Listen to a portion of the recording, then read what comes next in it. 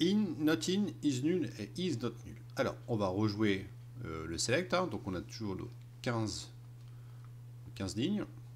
Alors, on va faire un select de la table avec le in ici, que vous avez ici. D'accord? Donc le in qui est là, et là, quand vous mettez le in, il faut mettre parenthèse, cote, avec le nom que vous cherchez, et vous fermez la parenthèse. D'accord? C'est ça la syntaxe du in. Ça veut dire, va me chercher dans cette colonne, cette valeur, le in.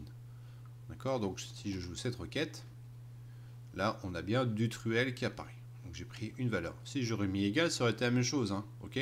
Donc là, in, aussi, on peut écrire cette syntaxe. Ça, le truc sympa du in, c'est qu'on peut mettre plusieurs valeurs. Je vais vous le montrer après. Not in, ça veut dire ne prend pas cette valeur, tout simplement. Not in avec le m.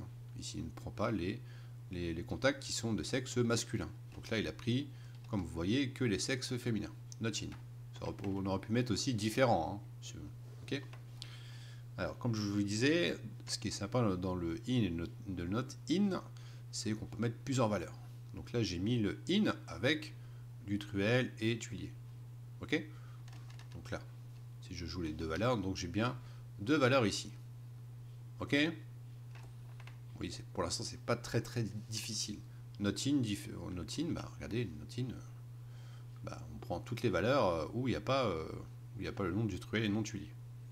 Ok? Alors, les valeurs nulles. Les valeurs nulles, en langage SQL, le nul, ça correspond, c'est rien en fait. C'est pas une valeur, c'est comme quoi SQL va comporter cette valeur, va considérer cette valeur comme une valeur, enfin, c'est pas une valeur, ça va représenter rien. Donc, pour lui, il n'y a pas de données sur cette colonne en fait. Donc, on va insérer, je ne vais pas le faire parce que je l'avais déjà fait auparavant, donc ici. Donc, j'ai inséré dans le contact la valeur Bourgeon, ok, Elodie, 43 ans, sexe féminin, et là j'ai mis nul. D'accord?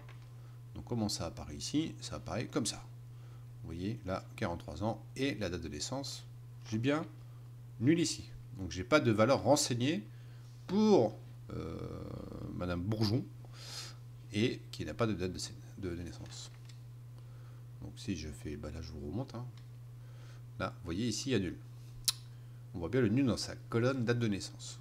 Donc si on veut voir les dates de naissance qui ne sont pas nulles, donc là on a la syntaxe is not null. D'accord?